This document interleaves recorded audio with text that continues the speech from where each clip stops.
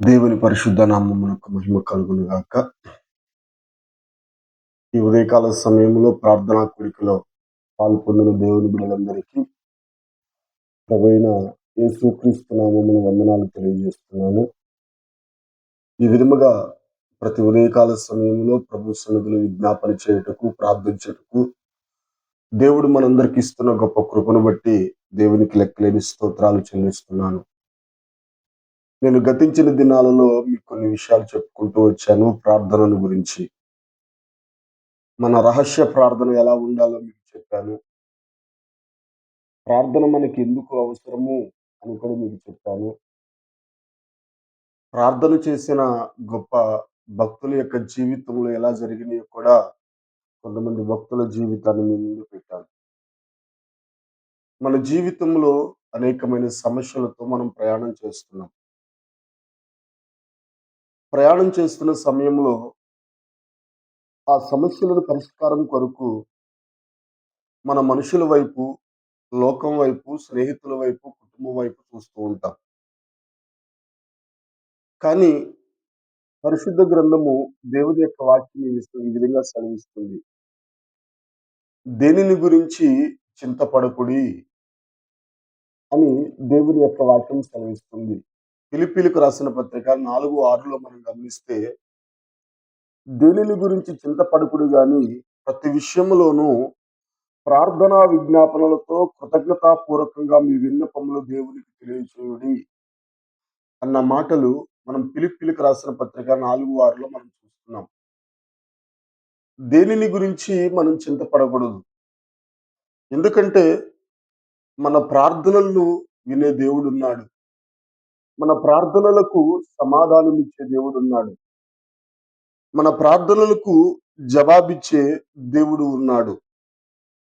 చరిత్రలో మనం జ్ఞాపకం చేసుకుంటే ఒక దైవజనుడు ఈ విధంగా సెలవిస్తున్నాడు. ప్రార్థనలో దేవుని సహాయం కొరకు వేడుకునేవారు సమస్యలను పట్టుదలతో కూడిన ప్రార్థనలను దేవుని హస్తాలకు అప్పగించాలట. ఆయన పేరు వాచ్యమెన్ని. ఆయన ఈ విధంగా సెలవిస్తున్నాడు. ప్రార్థన దేవుని సహాయం కొరకు వేడుకునేవారు. అంటే ప్రార్థన చేస్తున్నప్పుడు మనం దేవుని సహాయం కొరకు వేడుకుంటున్నాం. సమస్యలు ఉన్నప్పుడు పట్టుదలతో కూడిన ప్రార్థనలో దేవుని హస్తాలకు అప్పగించాలి అని ఆ దైవజనుడు చెప్తున్నట్టు మనం చూస్తున్నాం. ఇంకా చరిత్రలో మనం జ్ఞాపకం చేసుకుంటే చార్లెస్ స్పర్జన్ అనే ఒక దైవజనుడు ఆయన ఈ విధంగా చెప్తూ ఉన్నాడు. ప్రార్థనా విజ్ఞాపనలు వెన్నెముక వంటివి అని చార్లెస్ స్పర్జన్ గారు చెప్తున్నారు. ప్రార్థనా విజ్ఞాపనలు వెన్నెముక వంటివి అట. అంటే మనం చేస్తున్న ప్రార్థన ప్రతి పరిస్థితి నుండి మనల్ని విడిపిస్తుంది. ప్రార్థన మనకి సహాయం చేస్తుంది. పట్టుదలతో కూడిన ప్రార్థన ఇంతగా కఠినమైన పరిస్థితులనైనా మార్చగలుగుతుంది. అయితే అయితే దేనిని గురించి మనం చింతపడకూడదు. ప్రతి విషయాన్ని కూడా కృతజ్ఞతాపూర్వకంగా దేవునికి మనం అప్పగించాలి. అయితే మనం ప్రార్థిస్తున్నప్పుడు విశ్వాసంతో మనం ప్రార్థించాలి. విశ్వాసంతో మనం ప్రార్థిస్తున్నప్పుడు ఖచ్చితంగా దానిని దేవుడు జరిగిస్తాడు అని మనం నమ్మాలి. చరిత్రలో జరిగిన ఒక చిన్న కథ మీ ముందు పెడతాను, జాగ్రత్తగా ఉండండి. ఒక గ్రామములో ఒక వృద్ధుడున్నాడు. అయితే అతడు క్రైస్తవుడిగా జీవించేవాడు. అతనిని ఆ గ్రామస్తులందరూ కూడా జార్జ్ ముల్లర్ లేకపోతే డిఎల్ మూడీ అని పిలిచేవారట. ఎందుకంటే వాళ్ళిద్దరూ ప్రార్థనా యోధులు. డిఎల్ మోడీ గారు స్తోత్రములు ఒంటికాలి ప్రార్థనాపరుడు అని ఆయన చరిత్రలో ఆయన గురించి చెప్తుంది. జార్జ్ ముల్లర్ గారు విశ్వాసంతో ప్రార్థన ద్వారా అనేక సమాధానాలు పొందిన వ్యక్తి అని చరిత్ర చెప్తుంది. అయితే ఈ వృద్ధుడిని జార్జ్ ముల్లర్, డిఎల్ మూడీ అని పిలిచేవారంట ఆ గ్రామస్తులందరూ కూడా. ఎందుకంటే అతనందరూ కూడా ప్రార్థనా మనిషి అని ఆ వృద్ధుడిని పిలిచేవారట. అయితే కొన్ని సంవత్సరములు ఆ గ్రామంలో వర్షం పడలేదు. వర్షం పడలేని కారణమును బట్టి పొలములు బావులు అన్ని కూడా ఎండిపోయి కరువు చాలా భయంకరంగా ఉంది ఆ ప్రాంతంలో. ప్రజలందరూ ఆందోళన చెందుతున్న సమయంలో ఈ వృద్ధుడు ఆ గ్రామ ప్రజలందరినీ కూడా సమకూర్చి ఆ ప్రజలందరికీ ఇలా చెప్పాడట, రండి నాతో కలిసి ప్రార్థన చేద్దాం, దేవుడు మనకి వర్షమును అనుగ్రహిస్తాడు అని ఆ వృద్ధుడు సమాధానం చెప్పినప్పుడు గ్రామ ప్రజలందరూ కూడా ఆ వృద్ధుడి మాట విని అందరూ ఒక చాటుకు కూడి ప్రార్థన చేయడానికి వచ్చారట. వారితో పాటు ఒక బాలుడు కూడా ప్రార్థించడానికి వచ్చాడు. ఆ బాలుడు వస్తూ వస్తూ ఒక గొడుగు, పెద్ద గొడుగును తీసుకుని ఆ సమాజం మధ్యకు వచ్చాడట. ఆ ప్రార్థనకు ఆహ్వానించిన ఆ వృద్ధుడు ఆ బాలుడు చూసి అన్నాడట, ఎందుకు గొడుగు తీసుకుని వస్తున్నావు అని ఆ బాలుడిని అడిగినప్పుడు ఆ బాలుడు వృద్ధుడికి ఇచ్చిన సమాధానం ఏంటో తెలుసా? మనం ప్రార్థన చేయడానికి వస్తున్నాం కదండి, మన ప్రార్థనైపంగా దేవుడు మనకి వర్షమునిస్తాడు, అందుకే వర్షంలో నేను తడవకుండా గొడుగు తీసుకుని వస్తున్నాను అని ఆ వృద్ధుడికి ఆ బాలుడు సమాధానం చెప్పాడట. అయితే ఇక్కడ ఆ బాలుడు విశ్వాసముతో దేవుని సన్నిధిలో మనం ప్రార్థన చేస్తే ఖచ్చితంగా దేవుడు మనకు వర్షమునిస్తాడు అని నమ్మి ఆయన గొడుగు తీసుకుని వస్తున్నాడు. వాళ్ళందరూ కూడా కూడి ప్రార్థించారు. ప్రార్థించిన కొంత సమయానికి దేవుడు వారి ప్రార్థన విని, వారి మనవులు విని, వారి సమస్యకు పరిష్కారం అనుగ్రహించి పెద్ద వర్షమును వారికి అనుగ్రహించారు. అక్కడ ఆ బాలుడు ఆ వర్షంలో తడవకుండా గొడుగు పట్టుకుని వెళ్ళినట్లుగా చూస్తున్నాం. అయితే దీని ద్వారా మనకు అర్థమయ్యే ఒక సారాంశాన్ని గమనించండి. మనకి కొన్ని ముందు సమస్యలు ఉన్నాయి, కఠినమైన పరిస్థితి ఉంది, కరువు ఉంది, శోధన ఉంది.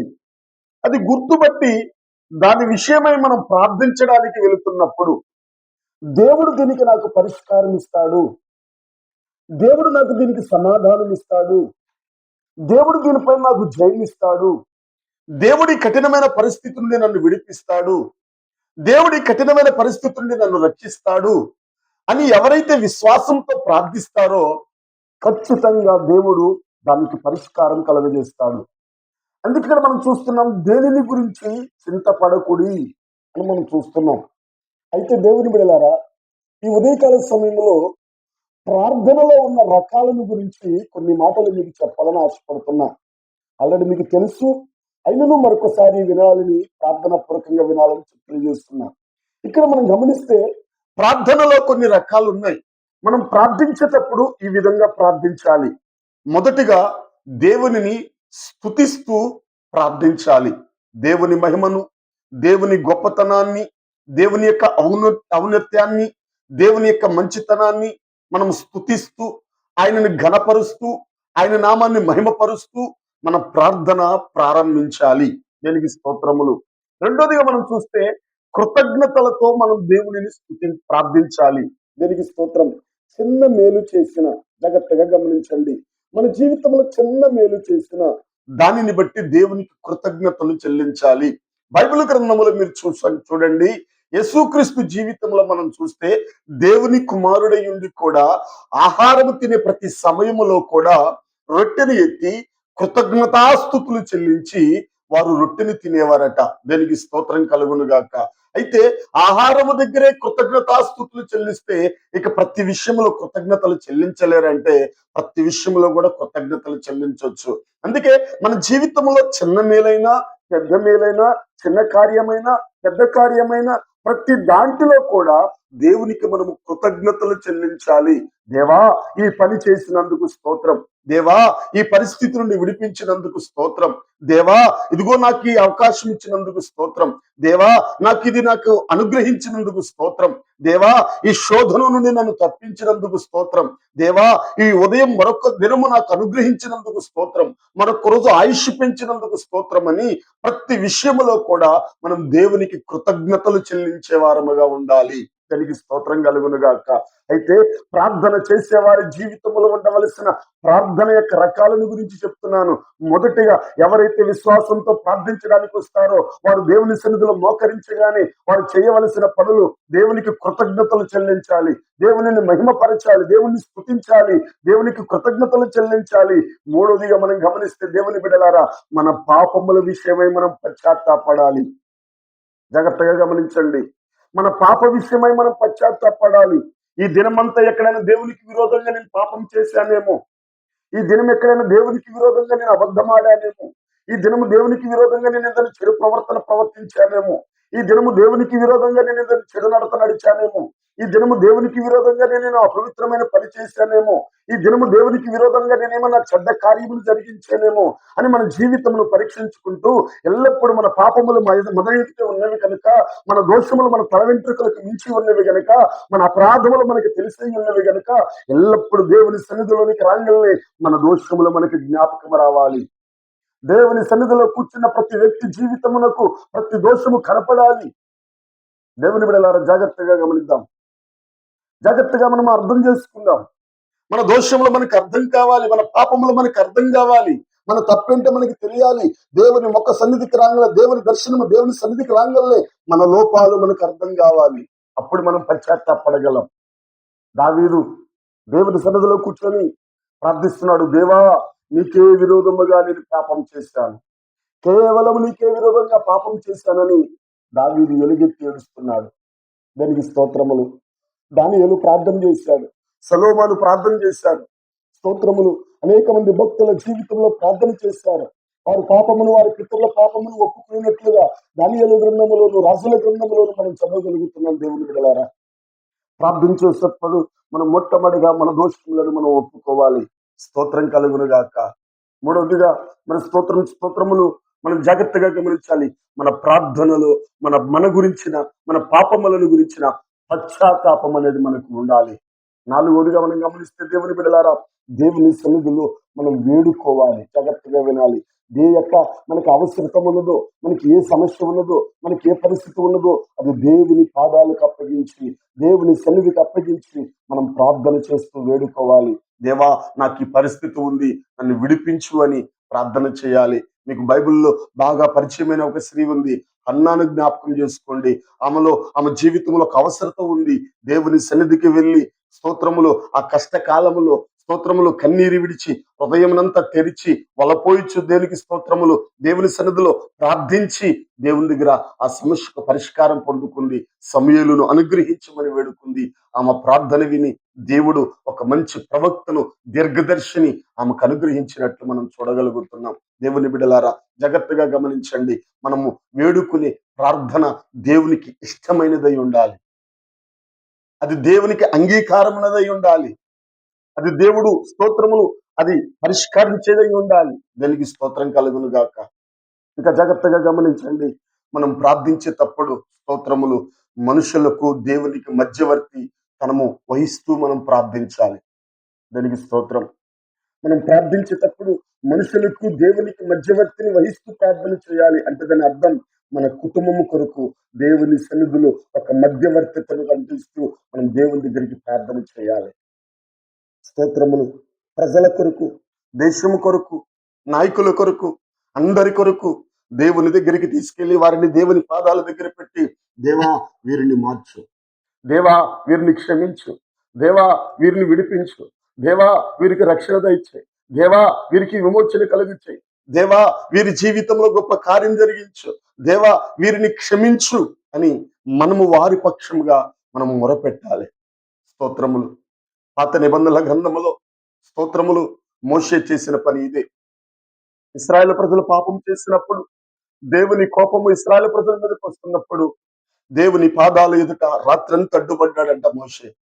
దేవా వీరి పాపములు క్షమించిన ఎడల నీ జీవ గ్రంథము నుండి నా పేరు తుడిచివేయి అని రాత్రంతా కూడా దేవుని పాదాలకు అడ్డుపడ్డాడంట మోషే.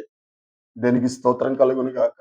దేవుడు అంటున్నాడు, వీరు లోబడనల్లని ప్రజలు, మోషే అడ్డులే, నేను వీరిని సంహరిస్తానంటున్నప్పుడు దేవుడు మోషే అంటున్నాడు, లేదు లేదు, వీరిని చంపేస్తే ముందు నన్ను చంపేసి తర్వాత వారిని చంపే, లేకపోతే నీ జీవ గ్రంథము నుండి నా పేరు తీసివేయి అని ప్రార్థిస్తున్నాడు.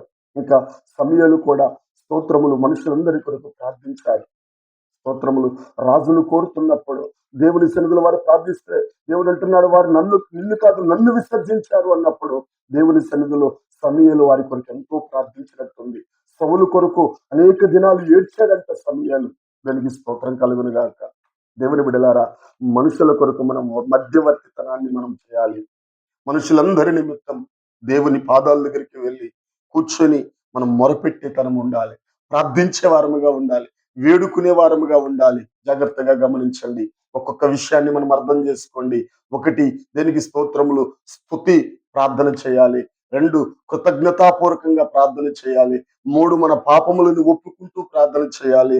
4, వేడుకుంటూ ప్రార్థన చేయాలి. 5, మధ్యవర్తితనాన్ని మనం చేస్తూ ప్రార్థన చేయాలి. 6, స్తోత్రములు విశ్వాసంతో మనం ప్రార్థన చేయాలి. మనం ఏదైతే మరి ప్రార్థిస్తున్నామో పొంది ఉన్నామని నమ్మకముతో విశ్వాసంతో మనం ప్రార్థన చేయాలి. ఒక చిన్న సంఘటన చెప్పి నేను ముగిస్తాను. జాగ్రత్తగా గమనించండి.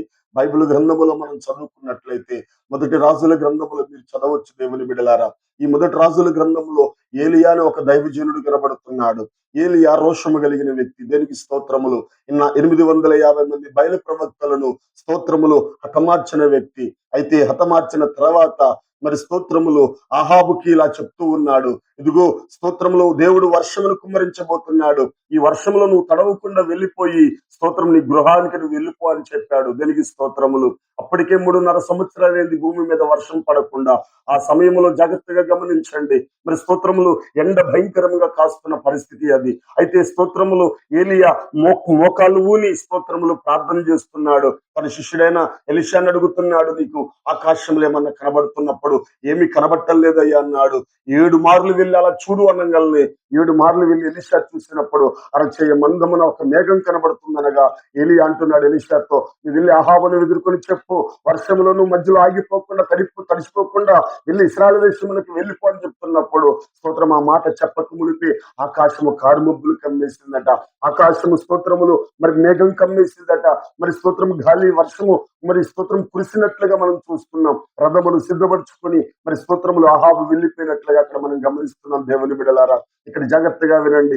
విశ్వాసంతో చేసే ప్రార్థన ఆ క్షణములోనే దేవుడు మనకు సమాధానం ఇస్తాడు. విశ్వాసంతో చేసే ప్రార్థన ఆ క్షణములోనే దేవుడు జవాబిస్తాడు. దేవుని బిడలారా, అందుకే మనం ప్రార్థిస్తున్నప్పుడు ఒక విశ్వాసంతో మనం ప్రార్థించాలి. వృద్ధుడికి బాలుడు సమాధానం చెప్పినట్లుగా మరి స్తోత్రములు మరి స్పర్జన సమాధానం చెప్పినట్లుగా ప్రార్థన ఒక ఇన్నుముకని చెప్పినట్లుగా వాచ్మెన్ నీ చెప్పినట్లుగా ప్రతి సమస్యను కూడా దేవుని పాదముల దగ్గర పెట్టి దేవుడు మనకి పరిష్కారం ఇస్తాడని స్తోత్రం సమాధానం చెప్పినట్లుగా దేవుని బిడలారా, ఈ ఉదయకాల సమయంలో ప్రార్థిస్తున్న మనము కూడా అవసరతల నిమిత్తం ప్రార్థిస్తున్న మనము దేని విషయంలో కూడా చింతపడకుండా మనస్ఫూర్తిగా విజ్ఞాపనతో దేవునికి కృతజ్ఞతాస్తుతులు చెల్లించాలి. దేనికి స్తోత్రం కలుగును గాక. దేవుడు నా ప్రార్థనకు జవాబు ఇవ్వబోతున్నాడు. దేవుడు నా ప్రార్థనకు సమాధానం ఇవ్వబోతున్నాడు. దేవుడు నా ప్రార్థన ఆలకించాడు. దేవుడు నా ప్రార్థనకు స్తోత్రం జవాబిస్తాడు. ఈ పరిష్కారం నాకు దొరుకుతుంది. ఈ సమస్యకు నాకు పరిష్కారం దొరుకుతుంది.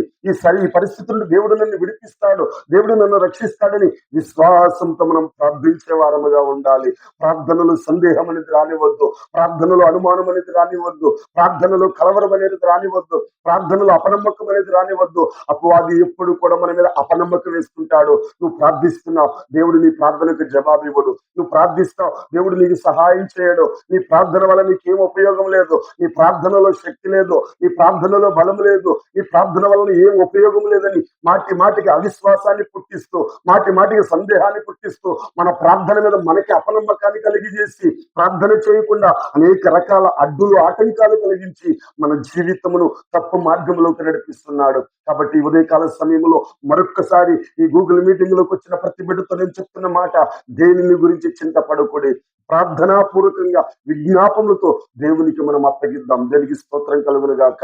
దేనిని గురించి చింతపడొద్దు. మీ భారము దేవుని మీద పెట్టండి. మీ సమస్య దేవునికి అప్పగించండి. మీ చింత దేవునికి అప్పగించండి. దేవుని పాదముల ఎదుట పెట్టి విశ్వాసంతో దేవా నువ్వు చూసుకో అని అప్పగించండి. దేనికి స్తోత్రం కలుగును గాక. దేవుడు ప్రతిదానికి మనకు సమాధానం ఇచ్చును గాక. నీతిమంతుల ప్రార్థన ఆయన ఆలకించును, యథార్థమంతుల ప్రార్థన ఆయన ఆలకించును. దేవునికి స్తోత్రం. వారికి ప్రత్యుత్తరం ఇచ్చును అని మనం బైబిల్ గ్రంథంలో చూడగలుగుతున్నాం. ఈ ఉదయకాల సమయంలో మరి ఈ విధముగా ఎవరైనా ప్రార్థించడానికి, ఈ విధముగా ప్రార్థన నాకు ఒక వెన్నెముక అని చెప్పిన స్పర్జన వలె, దీనికి స్తోత్రములు, ఒక బాలుడు వర్షము కొరకు ప్రార్థించడానికి గొడుగు పెట్టుకుని వెళుతున్న ఒక బాలుడు వలె, వాక్యమైన నీ వలె స్తోత్రం కలుగును గాక. ప్రతి సమస్యను దేవునికి అప్పగిస్తున్నాను, దేవుడు పరిష్కారం ఇస్తాడన్న చెప్పిన ఒక దైవజనుడు వలె దీనికి స్తోత్రం కలుగును గాక. నేను కూడా దేవుని సన్నిధిలో దేనిని గురించి చింతపడకుండా నా దేవుడు రక్షించువాడు, నా దేవుడు విడిపించువాడు, నా దేవుడు సహాయం చేయగలిగిన దేవుడు, నా దేవుడు ప్రతి మనవికి విజ్ఞాపనకి సమాధానం ఇవ్వగలిగిన దేవుడు అని విశ్వాసంతో ప్రార్థించేవారు ఉన్నారా? విశ్వాసంతో మొరపెట్టువారు ఉన్నారా? విశ్వాసంతో దేవుని అడిగేవారు ఉన్నారా? ఎందుకంటే ఈ దినాలలో చాలా మంది జీవితంలో ప్రార్థన లేదండి, చాలా మంది జీవితంలో అడిగే మనసు లేదండి. కృంగిపోతున్నారు, నిరాశపడుతున్నారు, బలహీనలైపోతున్నారు, దేవునికి దూరం అయిపోతున్నారు. స్తోత్రములు, సమస్యతో తాము సతమతమైపోతున్నారు, పరిష్కారం తెచ్చుకోలేకపోతున్నారు, సమస్యలు కొని తెచ్చుకుంటున్నారు, శోధన కొని తెచ్చుకుంటున్నారు. దేవుని బిడ్డలారా, వీటన్నిటి ద్వారా అపవాది మిమ్మలను ఆత్మికంగాను శారీరకంగాను కొండదీసి బలహీనపరిచి దేవునికి దూరస్తులుగా చేస్తుంది తప్ప మీ జీవితంలో సమాధానం కలగ చేయదు. ఈ ఉదయకాల సమయంలో దేవుని సమాధానము, దేవుని యొక్క పరిష్కారం మీకు కావాలి అంటే మనస్ఫూర్తిగా దేవునికి మీ జీవితాన్ని అప్పగించండి, మీ సమస్యను అప్పగించండి. రండి దేవుణ్ణి స్తుతిద్దాం, రండి దేవునికి కృతజ్ఞతలు చెప్దాం, రండి మన పాపములను ఒప్పుకుందాం, రండి స్తోత్రములు దేవుని దగ్గర వేడుకుందాం, రండి స్తోత్రములు మధ్యవర్తితనాన్ని మనం చేద్దాం, రండి స్తోత్రములు విశ్వాసంతో దేవుని సన్నిధిలో ప్రార్థన చేద్దాం. దేవుడు మనందరికీ పరిష్కారం ఇచ్చునుగాక, దేవుడు మనందరికీ స్తోత్రములు సమాధానం ఇచ్చునుగాక, దేవుడు మన సమస్యలకు విడుదలనిచ్చునుగాక, మన జీవితంలో మార్పిచ్చునుగాక. ఏ పరిస్థితుల్లో మనం ఉన్నామో ఆ పరిస్థితుల నుండి దేవుడు మనల్ని విడిపించునుగాక.